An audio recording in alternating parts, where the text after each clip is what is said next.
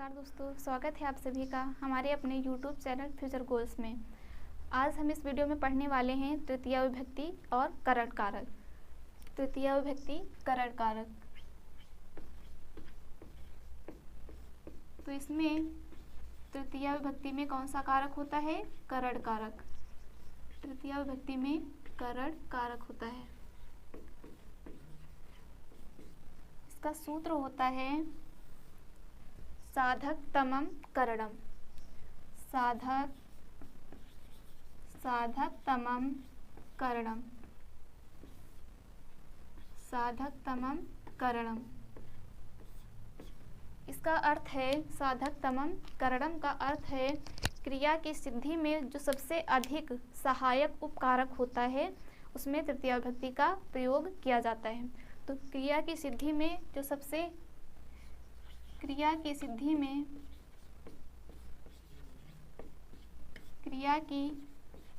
में जो सबसे अधिक उपकारक होता है, जो सबसे अधिक उपकारक यानी कि सहायक होता है। क्रिया की सिद्धि में जो सबसे अधिक सहायक होता है उसमें तृतीया विभक्ति का प्रयोग होता है। क्रिया की सिद्धि में जो सबसे अधिक सहायक होता है उसमें तृतीया विभक्ति का प्रयोग होता है। तृतीया विभक्ति का प्रयोग होता है या तृतीया विभक्ति होती है। साधक तमम करणम। साधक तमम करणम। तो क्रिया की सिद्धि में जो सबसे अधिक सहायक उपकारक होता है उसमें तृतीया विभक्ति या करण कारक होता है। जैसे कि इसका उदाहरण है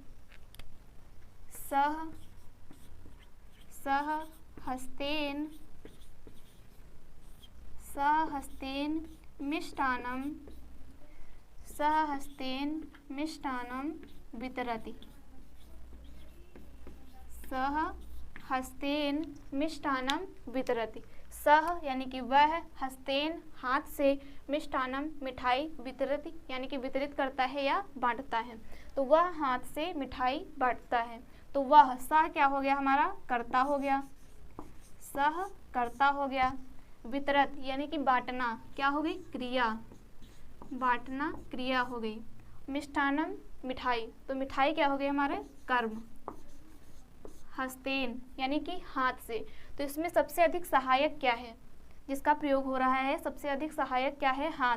तो किससे हम मिठाई बांट रहे हैं? हाथ के द्वारा। हाथ से मिठाई बांट रहे हैं तो इसमें क्या होगा? करण कारक यानी कि तृतीया विभक्ति। तो जो सबसे अधिक सहायक उपकारक होता है उसमें करण कारक होता है। सह हस्तेन मिष्टान्नम वितरत, वह हाथ से मिठाई बांटता है। तो सबसे अधिक सहायक क्या है? हाथ, क्योंकि हाथ से यानी कि हाथ के द्वारा मिठाई बांटी जा रही है।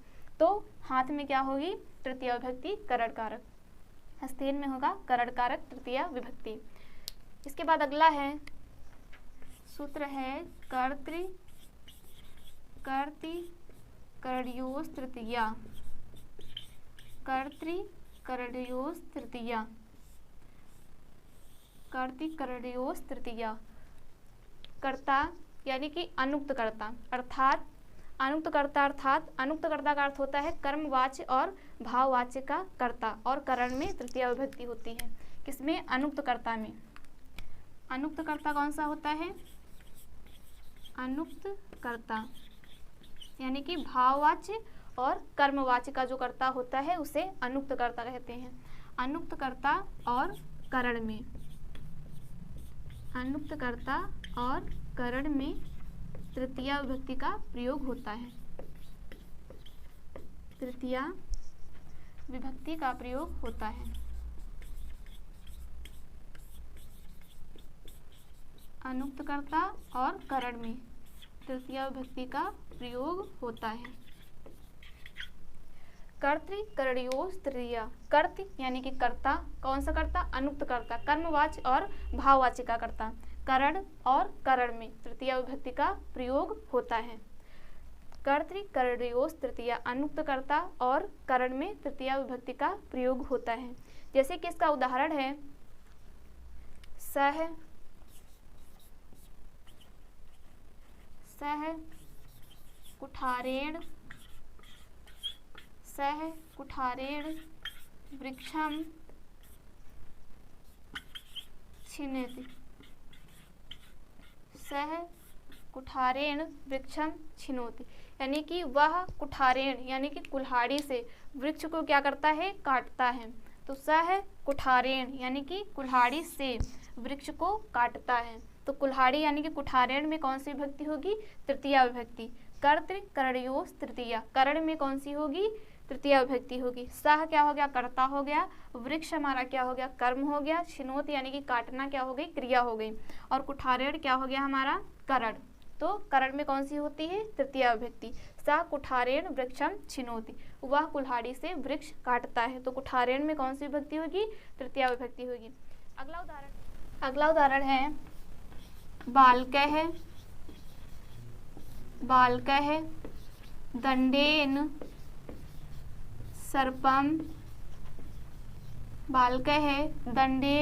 सर्पम हन्ति। बालकः यानी कि बालक, दंडेन यानी कि डंडे से, सर्पम सर्प को, हन्ति मारता है। तो बालक डंडे से सर्प को मारता है। किससे मारता है, दंडेन यानी कि डंडे से। सर्पम हन्ति सर्प को मारता है। तो दंडेन डंडे से मारता है, इसलिए दंडेन में कौन सी होगी, तृतीया विभक्ति। करण क्या है, दंडेन है। इसके बाद अगला है राजा रथेन नगरम गच्छति। राजा रथ से नगर जाते हैं, या राजा रथ से नगर को जाता है। तो राजा क्या हो गया, कर्ता, नगर कर्म, और गच्छत यानी कि जाना हो गई क्रिया। तो रथेन क्या हो गया हमारा, करण हो गया। रथेन यानी कि किससे जाता है, रथ से जाता है, रथ की सहायता से जाता है। तो रथेन में कौन सी विभक्ति होगी, तृतीया विभक्ति।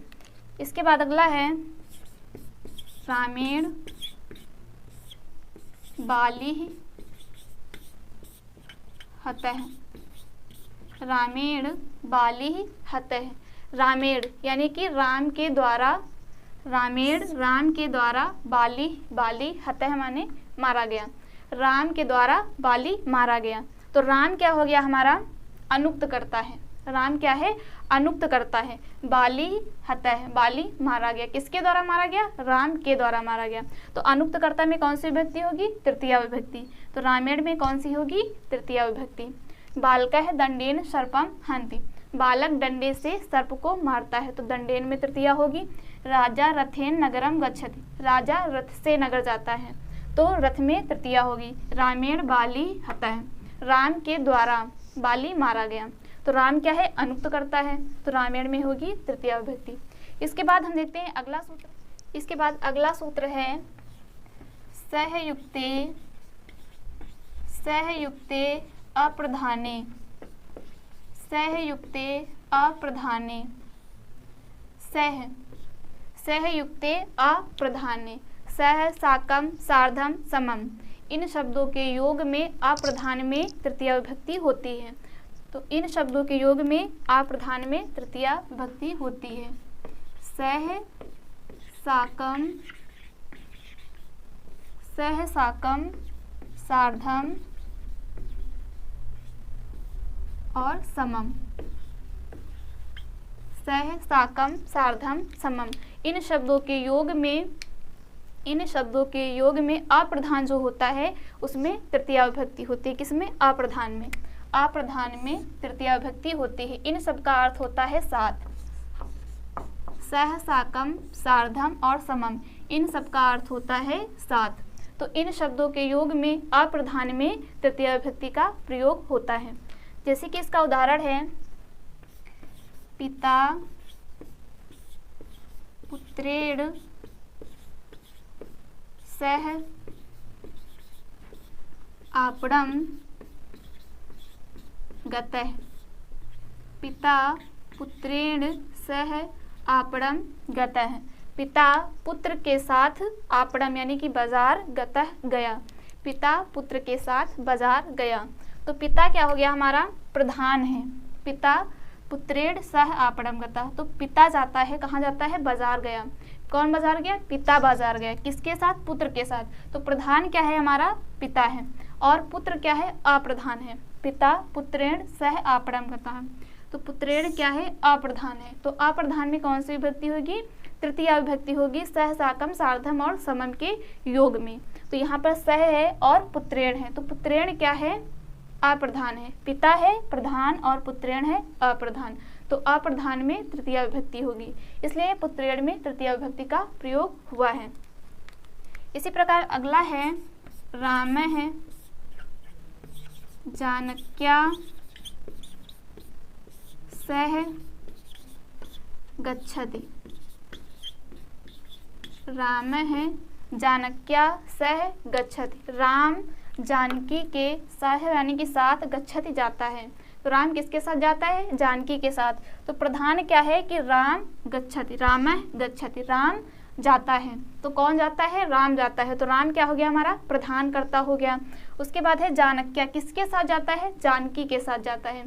तो जानक्या यानी कि जानकी हमारी हो गई अप्रधान, तो अप्रधान में होगी तृतीय विभक्ति। तो जानक्या में क्या होगी, तृतीय विभक्ति। रामः जानक्या सह गच्छति, तो राम करता है, प्रधान करता है, और जानक्या अप्रधान है, तो अप्रधान में तृतीय विभक्ति होती है। इसके बाद अगला उदाहरण है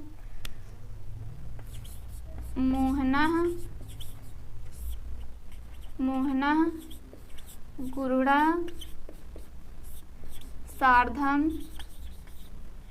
मोहना गुरुड़ा सार्धम विद्यालयं गच्छति, विद्यालयं गच्छति, यानी कि मोहन गुरु के साथ विद्यालय जाता है। सार्धम सह साकम सार्धम समम, इन चारों का अर्थ होता है साथ। तो मोहना गुरुड़ा सार्धम विद्यालयं गच्छति, मोहन कहाँ जाता है, तो मोहन विद्यालय जाता है। तो मोहन क्या हो गया हमारा, प्रधान कर्ता, मोहन प्रधान कर्ता हो गया, और अप्रधान क्या है, गुरुड़ा, यानी कि गुरु के साथ जाता है। तो गुरु क्या हो गया हमारा, अप्रधान। तो तृतीय विभक्ति किसमें होगी, सह साकम सार्धम के योग में अप्रधान कर्ता में तृतीय विभक्ति का प्रयोग होता है। तो अप्रधान हमारा क्या है, गुरु है, गुरु के साथ जाता है। कौन जाता है, मोहन जाता है, तो मोहन क्या हो गया, प्रधान करता है, और गुरुना क्या है, गुरु क्या है, अप्रधान करता है। तो अप्रधान में तृतीय विभक्ति होगी, इसलिए यहाँ पर गुरुना में तृतीय विभक्ति हुई है। तो सहयुक्ते अप्रधाने, सह साकम सार्धम समम, इन सहार्थक शब्दों के योग में अप्रधान में तृतीय विभक्ति का प्रयोग होता है। पिता पुत्रेण सह आपणम गतः, पिता पुत्र के साथ बाजार गया। कौन गया, पिता गया, तो पिता हो गया हमारा प्रधान, किसके साथ गया, पुत्र के साथ गया, तो इसलिए पुत्र हो गया अप्रधान। तो अप्रधान में कौन सी होगी, तृतीय विभक्ति होगी, इसलिए पुत्रेण में तृतीय विभक्ति है। रामः जानक्या सह गच्छति, राम जानकी के साथ जाता है, किसके साथ जाता है, जानकी के साथ। तो जानक्या क्या होगी, तृतीय विभक्ति। मोहना गुरुड़ा सार्धम विद्यालयं गच्छति, मोहन गुरु के साथ विद्यालय जाता है, तो गुरुड़ा क्या हो गई, अप्रधान, तो यानी कि तृतीय विभक्ति। इसके बाद अगला सूत्र है येनांग विकारः, येनांग विकारः, येन अर्थात जिस, अंग अंग में, विकार विकारः का अर्थ है विकार हो, तो जिस अंग में विकार हो, शरीर के जिस अंग में कोई विकार हो तो उस विकार रूपी अंग में तृतीय विभक्ति का प्रयोग होता है। विकार में तृतीय विभक्ति का प्रयोग नहीं होता है, जिस अंग में विकार हो तो उस अंग में तृतीय विभक्ति का प्रयोग होता है। येनांग विकारः, येन का अर्थ होता है जिस, अंग का अर्थ होता है अंग, विकारः यानी कि विकार हो, तो जिस अंग में विकार हो। शरीर के जिस अंग में, शरीर के जिस अंग में कोई विकार हो, शरीर के जिस अंग में कोई विकार हो तो उस विकार रूपी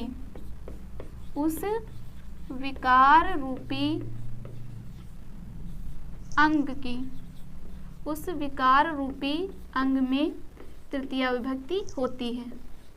उस विकार रूपी अंग में कौन सी विभक्ति होती है? तृतीया विभक्ति।